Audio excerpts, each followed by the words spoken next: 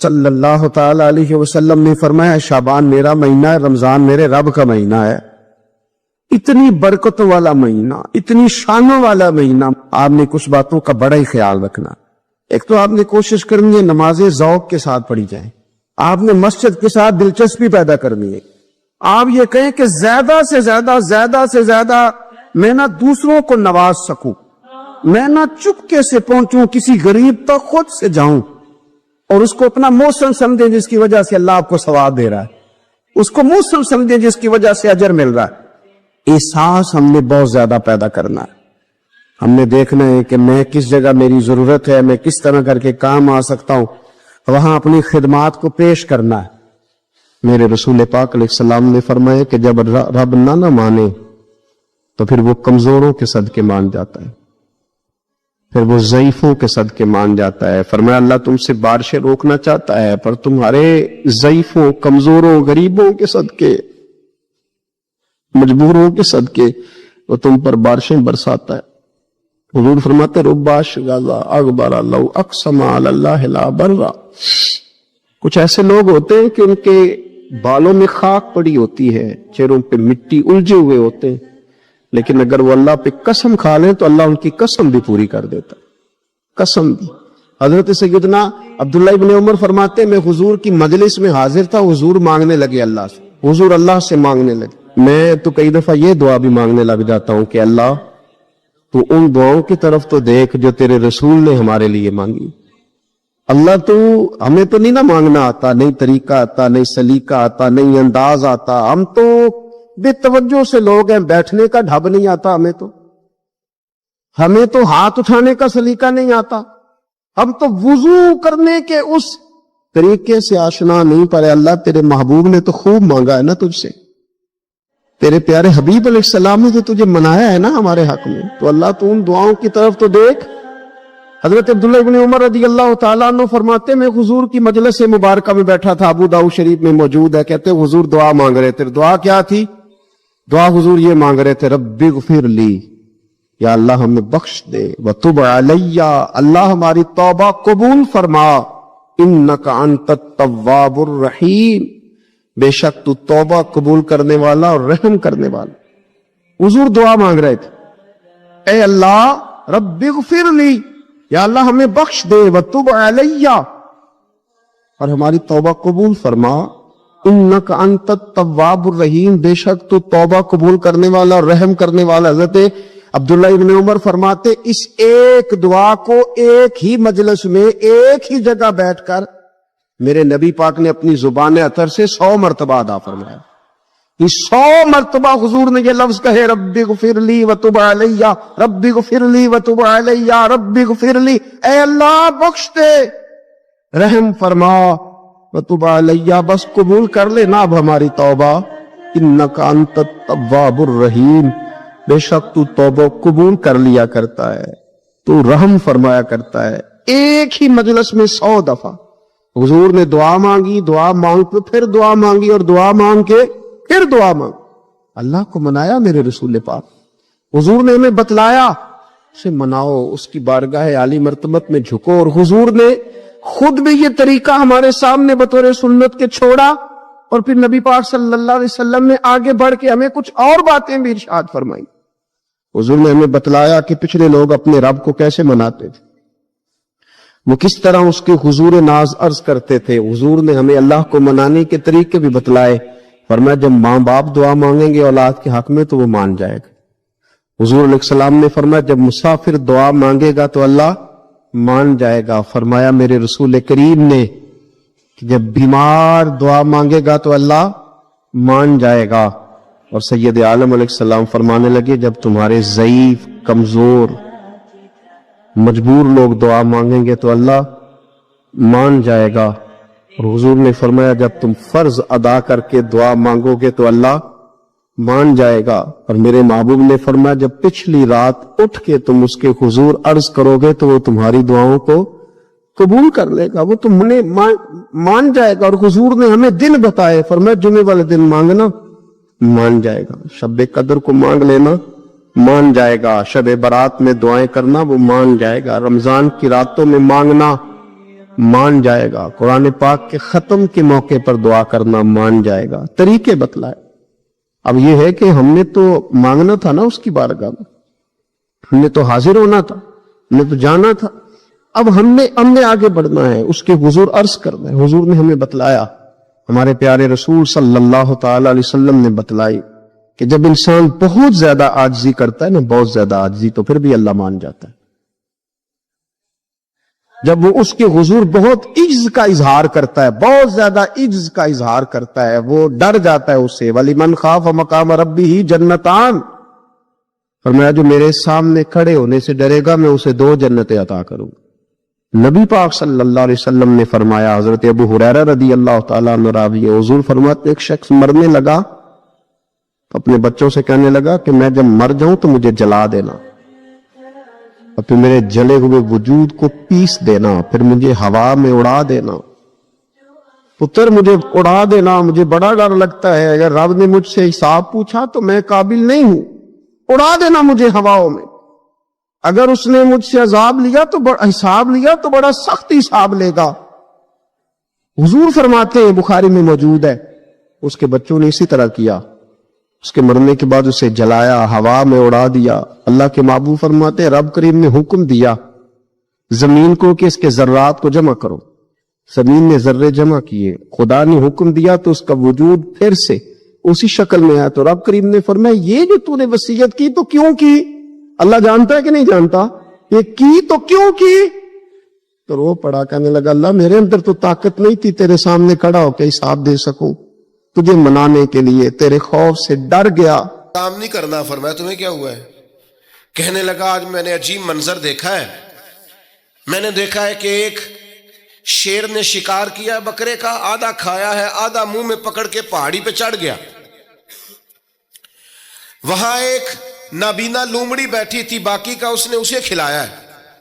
تو حضور میں یہ سمجھ گیا ہوں کہ جو رب اس نابینا لومڑی کے لیے بندوبست کرتا ہے میرے لیے بھی کرے گا، لہذا میں نے کام نہیں کرنا۔ حضرت حسن بصری بڑا مسکرائے، فرمانے لگے کہانی میں کردار تو نے 2 دیکھے، ایک شیر ایک لومڑی۔ فرمانے لگے کیا بات ہے تیری، تو نے لومڑی بننے کا پروگرام بنایا، شیر بننے کا کیوں نہیں بنایا؟ تو شیر بننا، شکار کر، خود بھی کھا دوسروں کو بھی کھلا۔ یہ کیا بات ہوئی؟ امت کے جوان فائلیں لیے دفتروں کے چکر لگاتے اور اپنی بغل میں کاغذات لیے امبیسیوں کے پھیرے کاٹتے اور ایجنٹوں سے سوال کرتے کہ مجھے ملک سے باہر جانا ہے، کیا طریقہ ہے؟ یہاں رہ کے بھی محنت ہو سکتی ہے، اپنی مٹی پہ چلنے کا سلیقہ سیکھو، سنگ مرمر پہ چلو گے تو پھسل جاؤ گے۔ دوستو سنو، میرے کریم نے فرمایا جا لکڑیاں، ایک پیشہ برا ہے میرے بھائیوں، ایک پیشہ وہ ہے کسی کے آگے ہاتھ پھیلانا، باقی دنیا میں کوئی پیشہ برا جو ٹھیلا لگاتا ہے اور مالٹے بیچتا ہے اور سیب بیچتا ہے، بڑا عزت والا آدمی، یہ شارٹ کٹ چھوڑ دو، دوسروں پہ بھروسہ کرنا چھوڑ دو۔ وہ شاعر ایک بیٹھا تھا نا، شاعر مجھ سے ناراض نہ ہو جائیں، تو کئی دفعہ وہ شعر و شاعری میں بھی ان کی حالت بڑی خستہ ہو جاتی ہے۔ جن دنوں لوگ پتلے کپڑے پہنتے ہیں، بعض شاعروں نے ان دنوں میں بھی موٹی چادر لی ہوئی ہوتی ہے۔ تو ایک جگہ بیچارہ بیٹھا تھا کونے میں، اللہ ماشاءاللہ سب کی بات نہیں، تو حالت ایسی خستہ تھی، ایک بندہ 5 روپے پھینک گیا، تو تھا خوددار، بڑی تکلیف کو اٹھا اپنے پیسے، تو اس نے کہا آپ کی حالت بتا رہی ہے، آپ کو ضرورت ہے۔ اس نے کہا ضرورت پڑی تو اللہ رسول سے مانگوں گا، تیرے سے کیوں مانگوں گا؟ شعر بڑا قیمتی کہا، اس نے کہا یہ آرزوئے کرم اور میں آپ سے کروں، یہ آرزوئے کرم اور میں آپ سے کروں، یہ بھیک اس کو دیجئے جس کا خدا نہ ہو۔ میں تو وارث ہے میرے اللہ رسول، میں کو لاوارث ہوں کہ تیرے سے مانگتا پھروں؟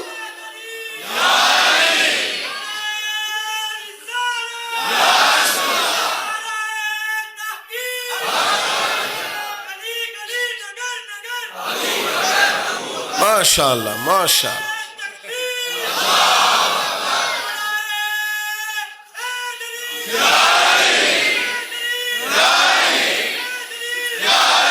بس ہم سمجھے ہماری قیمت وصول ہو گئی. اگر خودداری پر نوجوان نعرے لگانے لگ گئے تو پھر تو بات بن گئی.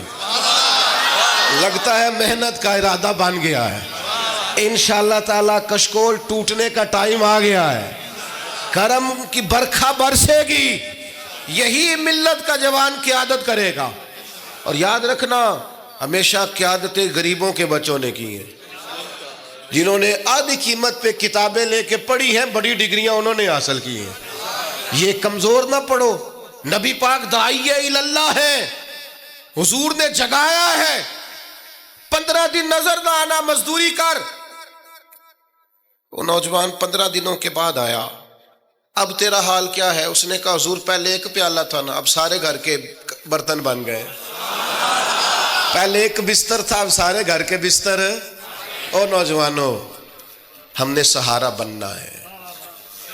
ماں سے کہنا ہے اب تو نے آنسو نہیں بہانے, تیرا پتر بڑا ہو گیا ہے. بہن سے کہنا ہے اب تو کبھی پریشان نہیں ہوگی, تیرا بھائی بڑا ہو گیا ہے. بوڑھے باپ کے پاس بیٹھ کے کہنا ابا جی بس اب آنسو پوچھ دو, آج کے بعد پریشان نہیں ہونا, پتر جوان ہے. اپنی بیوی سے بچوں سے کہنا کہ کسی خواہشات پوری کرنے کے لیے تمہیں دیر تک انتظار نہیں کرنا پڑے گا, ہم میدان میں ہیں. بس اپنی مٹی پہ چلنے کا سلیقہ سیکھو. سنگ مرمر پہ چلو گے تو پھسل جاؤ گے. نبی پاک نے محنت کو سپورٹ کیا ہے, مشقت کو سپورٹ کیا. حضور علیہ السلام نے فرمایا سب سے بہترین کمائی وہ ہے جو تو اپنے 2 ہاتھوں سے محنت کر کے کھاتا ہے. فرمایا اللہ کے نبی حضرت داؤد علیہ السلام محنت کر کے کمایا کرتے. سنگیوں کام کرنا. اور دوسری بات بھروسہ اللہ رسول پہ. بھروسہ, ادھر دیکھو میری طرف. دنیا داروں سے امیدیں لگا لیتے ہو بہت زیادہ, تو وہ دنیا دار بندے بیچارے کمزور ہوتے ہیں. جی یہ الیکشن کے دن تھے, گزشتہ سے پیوستہ الیکشن جو گزرا ہے, تو میرا ایک پیار والا دوست بھی ایک ایم کے امیدوار کا بڑا ووٹر سپورٹر تھا. یہاں اس نے اس کا بیج فوٹو والا لگایا ہوا تھا. میں رات کو دیر سے جلسے سے لوٹ رہا تھا تو وہ کھڑا تھا باہر, اور اندر امیدوار صاحب تقریر کر رہے تھے. میں نے کہا ادھر آ. وہ آ گیا. میں نے کہا تو بڑا ووٹر سپورٹر ہے, جا تقریر سن جا کے. تیرا لیڈر تقریر کر رہا ہے, تو باہر گھوم رہا ہے. کہندا ہے پیر صاحب جھوٹ پہ ماردا جو سارے جھوٹ بول رہا ہے, کرنا کرانا کچھ نہیں. تو میں کہ یار جی ایڈے پکے ووٹر سپورٹر نو بھی پتا ہے کہ جھوٹ پہ ماردا ہے, تو ہم تو ویسے ہی سپورٹر نہیں ہیں. ہم نے تو کی محبت تو سیاست کا چلن چھوڑ دیا. ہم اگر عشق نہ کرتے تو حکومت کرتے. او بھائی, جب پکے ووٹر سپورٹروں کو امیدیں نہیں ہیں تو آپ کن سے امیدیں لگائے بیٹھے ہیں؟ آپ جدوجہد کریں, اور امیدیں اللہ رسول سے. نبی پاک علیہ السلام نے فرمایا جو رب پہ بھروسہ کرے گا اللہ کی رحمت اس کی کفایت کرے گی. وَإِن يَتَوَكَّلْ عَلَى اللَّهِ فَهُوَ حَسْبُهُ, وہ اللہ پہ بھروسہ کرے گا اللہ اس کے لیے کافی ہو جائے گا. ادھر دیکھو یار موبائلوں والے دوستو, بات سنو. گھبراہٹ نہیں, ٹینشن نہیں, انزائٹی نہیں, ڈپریشن نہیں. مومن اور ڈپریشن, مومن اور انزائٹی, مومن اور ٹینشن. او جی مجھے پتہ نہیں مجھے کیا ہو رہا ہے, جی مجھے خوف آتا ہے. آپ کو خوف آتا ہے مومن ہو کے؟ آپ کو یہ کرونا کے دن تھے تو مجھے لے گئے ایک سرکاری ہاسپٹل میں, آپ کچھ یہاں بات کریں, لوگوں کو حوصلہ دیں. تو ایک ڈاکٹر صاحب مجھ سے کہنے لگے جی مجھے نہ تنگ جگہ بڑی گھٹن ہوتی ہے, تو موت سے بڑا ڈر آتا ہے, قبر تو بڑی تنگ ہوتی ہے. میں نے کہا ڈاکٹر صاحب کچھ بھی. کہنے لگے سانس ہی نہیں آتا, چاروں جانب سے بند ہے. تو میں نے کہا بچہ بھی تو ماں کے پیٹ میں سانس لیتا ہے نا. آپ نے تو سبحان اللہ کہا. وہ ڈاکٹر تھے, انہوں نے نہیں کہا. وہ کہنے لگی جو تے اماں لیندی صاحب. ہنستے نہیں جی, باتیں ہنسنے کو نہیں سنا رہا, میں فکری باتیں کر رہا ہوں. کہا وہ تو اماں آکسیجن لیتی ہے تو بچے کو جاتی ہے. تو میں نے کہا چلے ڈاکٹر صاحب وہ جو انڈے سے بچہ نکلتا ہے اس کے تو چارب جانو کوئی صورت نہیں ہوتی سانس کی. تو مجھے کہنے لگے آپ کہنا کیا چاہتے ہیں؟ میں نے کہا میں یہ کہنا چاہتا ہوں قبر کی 2 حالتیں ہیں. قبر دوزخ کے گڑھوں میں سے گڑھا بھی ہے اور جنت کے باغوں میں سے باغ بھی ہے.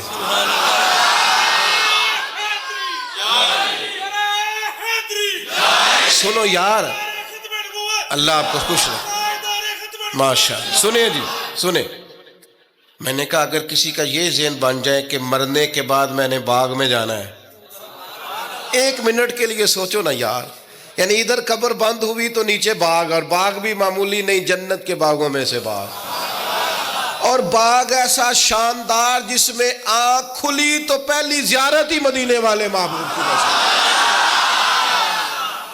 آج پھولے نہ سمائیں گے کفن میں آسی, آج کی رات ہے ان سے ملاقات کی رات. تو وہاں جانے سے خوف آتا ہے. مومن خوف ٹینشن, مومن کو ایک ہی خوف ہے اللہ کا, رب سے ڈرتا ہے, اللہ کے سامنے کھڑے ہونے سے ڈرتا ہے. باقی مسائل کا خوف کرنا, غربت کا خوف کرنا, لوگوں سے ڈرنا, یہ نکل آئے آپ اس ٹینشن سے. رب جس کو عزت دے اس کی چھین کوئی نہیں سکتا. اللہ جسے رزق دے اس کے ہاں آنے سے روک سکتا کوئی نہیں روک سکتا. طاقتور ہو کے زندگی گزارے. نبی کریم علیہ السلام نے اپنی امتیوں کو مضبوط فکریں دی, توانائیاں دی ہیں. آپ غور کریں نا, حضور ایک جنگ سے واپس لوٹ رہے تھے, صحابہ بھی ساتھ تھے. ادبن صحابہ کرام علیہم رضوان ذرا دور دور ہٹ کے لیٹ گئے, ادبن. یہ بھی میرے دوست نے سیدنا صدیق اکبر کے نام کا نعرہ لگایا نا, دن بھی سیدنا صدیق اکبر کے. بس میں اس وقت عنوان ان کا نہیں ہے, اتنی بات کرتا ہوں کہ دنیا میں ایک فلسفہ بیان ہوتا ہے کہ جو زیادہ قریب رہتے ہیں وہ زیادہ ادب نہیں کرتے, اور یہ کوئی غلط بات نہیں, ایسا ہوتا ہے اکثر. جو زیادہ قریب ہوتے ہیں وہ زیادہ مؤدب. لیکن حضرت صدیق اکبر کا کمال یہ ہے, انہوں نے دنیا کے سارے فلسفے ہی غلط کر دیے. قریب بھی سب سے زیادہ وہی تھے اور ادب والے بھی سب سے زیادہ وہی تھے. فلسفہ ہی غلط قرار دے دیا. لوگوں کو بتایا ہے کہ محبت رسول کی باری آئے تو فلسفے بدل جایا کرتے ہیں. قرب بھی سب سے زیادہ ہے اور ادب بھی سب سے زیادہ ہے. بس بیان ہو کس زبان سے مرتبہ صدیق اکبر کا کہ محبوب خدا محبوب ہے صدیق اکبر کا, اور لٹایا راہ حق میں گھر کئی بار اس محبت سے کہ لٹ لٹ کر حسن گھر بن گیا صدیق اکبر کا. لٹ لٹ کے حسن گھر بن گیا صدیق اکبر. تو صحابہ ادبن ذرا سرکار سے تھوڑا سا سائڈ پہ ہو کے لیٹ گئے. نبی کریم علیہ السلام نے اپنی تلوار درخت کی ٹہنی سے لٹکائی اور کریم بھی آرام فرما ہوئے. اچانک ایک کافر آیا, اس نے تلوار سرکار کی نکال لی. دیکھا حضور اکیلے اور پاس اسلحہ بھی نہیں ہے, تو حضور پر تلوار تان کے کہنے لگا اب آپ کو مجھ سے کون بچائے گا. نہیں, آپ زیادہ توجہ کریں بات پر, کون بچائے گا. یعنی آپ یوں سمجھ لیں کہ بندہ گھر میں سویا ہوا ہو تو اچانک اسے آواز آئے کہ چھت پہ کچھ چل رہا ہے. آپ کو اپنی مثال دے رہا ہوں, آپ کو اپنے آپ کو سمجھانے کے لیے, وہاں کے لیے نہیں. تو پتہ چلے نا چھت پہ کچھ چل رہا ہے, تو بہت سارے لوگ ایسے ہوتے ہیں ان کے تکیے کے نیچے سے موبائل بھی نہیں نکلتا, اتنا ڈر جاتے ہیں, بالکل پریشر کے نیچے آ جاتے ہیں. یعنی ڈاکٹر نے کہہ دیا جی آپ کی رپورٹیں بتاتی ہیں کہ مشکل ہے آپ بچیں, تو کچھ تو ڈاکٹر کی بات سن کے فوت ہو جاتے ہیں, اور کچھ کہتے ہیں تیری رپورٹیں ٹھیک ہوں گی پر ہوگا وہ جو میرا رب جائے گا. یہ طاقت سرکار نے دی ہے اپنے غلاموں کو. اس نے تلوار اٹھائی, کہنے لگا آپ کو کون بچائے گا. تو محبوب کے چہرے پہ اطمینان, اور وہ جو اللہ نے میرے محبوب علیہ السلام کو روب دیا ہے, محبوب اسی حالت میں زیر لب مسکرائے اور فرمایا مجھے کون بچائے گا, مجھے میرا اللہ بچائے گا. اس میں بڑی طاقت ہے, اس لفظ میں بڑی طاقت ہے. کوئی مشکل آئے تو تعلقات نہ لڑایا کرو, وہ فائلوں میں رکھے کارڈ نہ نکالا کرو کہ فلانے کو فون کرتا ہوں. کبھی بھی مشکل آئے تو سب سے پہلے مصلی بچھایا کرو, اللہ کے حضور حاضری دیا کرو, طاقتور ہو جاؤ. نبی کریم علیہ السلام نے فرمایا مجھے میرا اللہ بچائے گا. بس یہ لفظ کہے وہ کانپا, تلوار گری, کریم مسکرائے, تلوار اٹھائی، فرمایا لو بھی مجھے تو اللہ نے بچا لیا، تو بتا تجھے کون بچائے گا؟ تو وہ کہنے لگا میں نے سنا ہے آپ معاف کر دیا کرتے ہیں، تو فرمایا جا میں نے معاف کیا، دیر والی تو بات ہی کوئی نہیں۔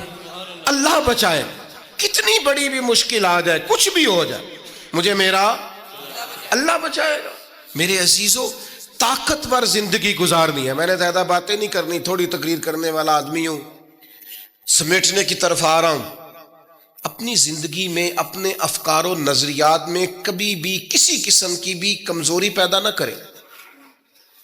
نبی اکرم صلی اللہ تعالی علیہ وسلم نے اپنے غلاموں کو تازہ دم رکھا ہے، ان کو فکری توانائیاں عطا کی ہیں، بس ہم نہ آہستہ آہستہ اتنے کمزور ہو گئے کہ ہم ضعف اعتقادی کی طرف چلے گئے۔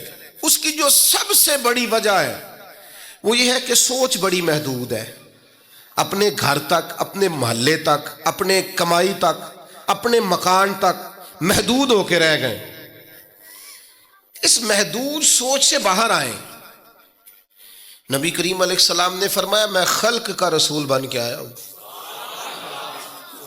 مخلوق کا رسول ہوں میں۔ یعنی نبی اکرم علیہ السلام کی امت دعوت میں تو سارے انسان شامل ہیں نا۔ محبوب نے کہا میں خلق کا رسول ہوں۔ جب بھی سرکار نے بات کی عالمی سطح کی بات کی، جب بھی۔ یہ اسلام جو ہے یہ حدود و قیود میں بند نہیں۔ اقبال کہتے ہیں بازو تیرا توحید کی قوت سے قوی ہے، تو جناب ہمارے وطن کا نام کیا ہے؟ اسلام تیرا دیس ہے، اسلام تیرا۔ اقبال کہتے ہیں بازو تیرا توحید کی قوت سے قوی ہے، اسلام تیرا دیس ہے، تو مصطفی ہے۔ اسلام تیرا دیس۔ آپ کی سوچ بڑی ہونی چاہیے، وسیع سوچ۔ آپ کو پتہ ہے تجارت کو سرکار نے پسند کیا ہے، کیوں؟ تجارت سے زیادہ مواقع، جب آپ کارخانہ لگاتے ہیں نا تو بہت سارے لوگوں کا روزگار اس سے وابستہ ہوتا ہے، اس سے وسعت پیدا ہوتی ہے سوسائٹی میں، معاشرے میں۔ آپ مت سمجھیں میں تاجروں کی سپورٹ نہیں کرتا، لیکن میں آپ کو یہ بات تجربے کی روشنی میں اور اپنی سمجھ بوجھ کے مطابق عرض کر رہا ہوں کہ جب تاجر مارکیٹ کے اندر انڈسٹری لگاتا ہے تو وہ صرف تاجر کوئی نفع نہیں ہوتا، اس سے بہت سارے لوگ جڑتے ہیں اور بے روزگاری کا خاتمہ ہوتا ہے، اس کے نتائج قوم کے حق میں اچھے نکلتے۔ تو عالمی سوچ، قومی سوچ پیدا کریں، محدود سوچیں۔ وہ بڑا دیکھیں نا، یہ ایک حدیث میری طرف توجہ ہے آپ کی، یہ دیکھیں یہ ایک حدیث کتنا عالمی کرتی ہے بندے کو۔ نبی پاک علیہ السلام نے فرمایا مومن وہ ہے جو اپنے لیے پسند کرے وہی اپنے بھائی کے لیے بھی پسند کرے۔ یہ ایک روایت اگر اس پر، اور یہ آتی بھی سب کو ہے، اگر سب کا اس پر عمل ہونے لگ جائے تو مجھے بتائیے کوئی چیز ملاوٹ والی بکے گی مارکیٹ میں؟ کوئی دھوکہ دے گا؟ کوئی ایسا کام جو غلط ہو؟ بیٹھ جائیں بیٹا، تشریف رکھیں سارے، اللہ آپ کو، وہ ایک اٹھیں گے تو پھر تو سارے اٹھ جائیں گے۔ مہربانی کریں، بس میری بات مکمل ہوگی، پیغام میں نے جو دینا تھا دے لیا، سمیٹ رہا ہوں بات کو۔ یاد رکھیے گا کہ عالمی سوچیں، قومی۔ آپ جب اپنے بھائیوں کے لیے بھی وہی پسند کریں گے جو خود پسند کر رہے ہیں تو سوسائٹی میں کتنا نکھار آئے۔ سرکار جب بھی بات کرتے تھے بڑی بات کرتے تھے، داعیہ اللہ ہے نا، تو جب بھی بات کی عالمی۔ ایک سفر سے حضور واپس تشریف لائے، کئی دنوں کے بعد حضور تشریف لائے تو سفر کا اثر تھا، تھکاوٹ تھی وجود اطہر پر، بظاہر لباس مبارک پر بھی اثرات تھے سفر کے۔ سیدہ طیبہ طاہرہ حضرت سیدہ زہرا رضی اللہ تعالی عنہ، آپ نے جب دیکھا نا سرکار کی کیفیت کو تو آنکھوں میں آنسو آ گئے، تو عرض کرنے لگیں، رو کے عرض کرنے لگیں، یا رسول اللہ آپ دین کے لیے کتنی مشقت برداشت کرتے ہیں، کتنی آپ تکلیف اٹھاتے ہیں، آنسو بہائے۔ اب مجھے بتائیے ہمارا کوئی بچی بچہ ایسی بات کرے تو ہم کہتے ہیں تجھے تو ایک دکھ کا پتہ ہے، میرے تو بہت زیادہ ہے، تو کتاب کھول دیتے ہیں۔ جب کہا یا رسول اللہ آپ کتنی تکلیف اٹھاتے ہیں تو پتہ ہے نبی کریم نے کیا فرمایا؟ حضور فرمانے لگے فاطمہ آپ کے والد کو اللہ نے بڑے مقاصد کے لیے دنیا میں مبعوث فرمایا، بڑے مقاصد کے لیے دنیا میں مبعوث فرمایا ہے۔ فرمایا نہ کوئی گھر کچا بچے گا، نہ پکا بچے گا، نہ کوئی جھونپڑی بچے گی جہاں اللہ تعالی ہمارے دین کے پیغام کو پہنچا نہیں دے گا۔ تو جب بڑے مقاصد کے لیے نکلنا ہے تو پھر یہ صحبتیں تو چلیں گی، یہ آزمائشیں تو چلیں گی۔ میرے بھائیوں، وسیع الظرفی، وسیع القلبی، کشادہ سینہ، بڑا دل، بڑا حوصلہ، بڑی سوچیں، بڑے افکار اپنی زندگی میں پیدا کریں۔ نوجوانوں، آرام پسندی تھوڑی کم کرو۔ ہر وقت لیٹنا، ہر وقت آرام تلاش کرنا، یہ کمزور کر دیتا ہے جوانوں۔ لقد خلقنا الانسان فی کبد، ہم نے انسان کو مشقت میں رہتا ہوا پیدا کیا۔ میں نے ابھی دوستوں سے کہا ہے، پھر آپ کی خدمت میں عرض کرتا ہوں، رات ہو گئی ہے تقریباً 11 گھنٹے کی، 7 بجے عشاء ہوتی ہے اور 6 بجے کے بعد ہی عموماً سب جگہوں پہ فجر کی نماز ہوتی ہے، تو 11 گھنٹے کی رات بنتی۔ بہت زیادہ بھی ڈاکٹر کہتا ہے کوئی سوئے تو 8 گھنٹے سو لے، نیند پوری ہے۔ اگر عشاء کے بعد موبائل کرو جلدی بند، تو ذرا سحری میں اٹھو، بندہ ہو جوان اور اٹھ کے پڑھے تہجد، تو مزہ نہیں آ جاتا؟ اور جو سحری کے وقت دعا کا مزہ ہے، جو دعا کی لذت ہے، نبی کریم علیہ السلام نے صبح صبح سیدہ پاک کو آواز دے کے کہا یہ ہماری تعلیم کے لیے، فرمایا اٹھو، یہ رب کریم سے سوال کرنے کا وقت ہے۔ پچھلی رحمت، پچھلی راتی رحمت رب دی کرے بلند آوازہ، او بخشش منگن والے کارن کھلا جے دروازہ۔ لیکن ہمارا مسئلہ یہ ہے کہ جس ٹائم جاگنا ہے اس ٹائم سوتے ہیں، جس ٹائم سونا ہے اس ٹائم۔ ایک گزارش تو یہ ہے کہ کوشش کریں ان راتوں میں تو کم از کم تہجد پڑھی جائے، اور یہ کوشش کر کے دیکھیں مزہ آئے گا۔ اور پھر ادھر ادھر لوگوں کو دکھ بتانے کی بچائے نا، جب تہجد کی 2 رکعتیں پڑھ لے تو سارا اپنے رب کی بارگاہ میں عرض کر دے، بوجھ بھی ہلکا ہوگا دل کا، راز بھی رکھا جائے گا اور کرم بھی ہو جائے گا۔ اور دوسری گزارش یہ ہے کہ سرکار دو عالم علیہ السلام نے نوجوانوں سے کہا تھا جوانوں یا نکاح کرو یا روزے رکھو۔ یہ بڑے آسان دن ہے روزے رکھنے کے لیے، کم از کم پیر کا تو ضرور رکھے نا، ٹھنڈا وقت ہے، کچھ نہ کچھ وقت یہ آپ کو جو عبادت ہے یہ مضبوط کرے گی، دنیا داروں سے بے نیاز کرے گی۔ سب سے طاقتور وہ مومن ہوتا ہے جسے رب کو منانا آتا ہے، دعا ہتھیار ہے مومن کا، مسلح کے ساتھ وابستگی پیدا کرے، یہ باقی سارے چکروں سے باہر آ جائیں۔ مجھے ایک نوجوان نے کہا کہ یہ لوگ مشہور کیسے ہوتے ہیں؟ میں نے کہا ایک تو شہرت وہ ہے جو لوگ کشید کرتے ہیں، یہ لیے پھرتے ہیں بیچارے آج کل بہت سارے لوگ، جیسے بھی مشہور ہونا پڑے ہونا ہی ہونا ہے، یہ خطرناک ہے۔ ایک شہرت وہ ہے جو خدا اپنے فضل سے دیتا ہے، اللہ اپنے کون سی سیجعل لہم الرحمن ودا، فرمایا جو ایمان لانے کے بعد اچھے عمل کرے گا رحمان لوگوں کے دلوں میں محبت پیدا فرما دے۔ یہ خدائی ہے، محبت خدائی۔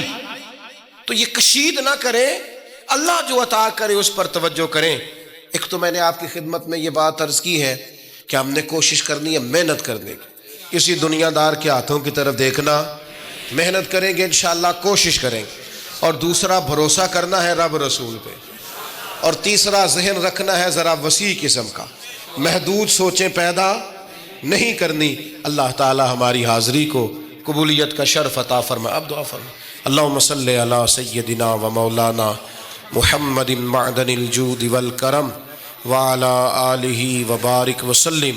اللہ ہماری حاضری قبول فرما، ہمارے گناہوں کو معاف فرما، ہماری غلطیوں سے درگزر فرما، ہمارے علم کو نافع، عمل کو صالح فرما، امت کے حق میں رحمت والے فیصلے فرما، وطن عزیز پاکستان پر نگاہ لطف و عنایت فرما، بیماروں کو شفا عطا فرما، مقروضوں کو قرض کے بوجھ سے رہائی نصیب فرما، تنگ دستوں کے رزق میں وسعت فرما۔ اللہ تعالیٰ دنیا ہو یا آخرت ہو ہماری پردہ پوشی فرما، ہماری پردہ پوشی فرما، ہماری پردہ پوشی فرما۔ آمین۔ اس محفل کو سجانے والوں اور تشریف لانے والوں سب کو دارین کی برکتیں عطا فرما. رب اغفر وارحم وانت خیر الراحمین. وصلی اللہ تعالی علی حبیبہ سیدنا محمد. احباب سے گزارش ہے توجہ فرمائیں، کھڑے نہیں ہونا، بیٹھ جائیں. آپ پیر صاحب تشریف لے جا رہے ہیں، کسی کو جو اجازت نہیں ہے مسافہ کرنے کی مہربانی فرمائیں. آپ سیکورٹی خدشات ہیں، مہربانی کریں آپ. اور ایک اعلان سماعت کریں. مورخہ 17 جنوری بروز جمعۃ المبارک بعد نماز عشاء عظیم پیغام اسلام کانفرنس. کوئی نہیں، چلے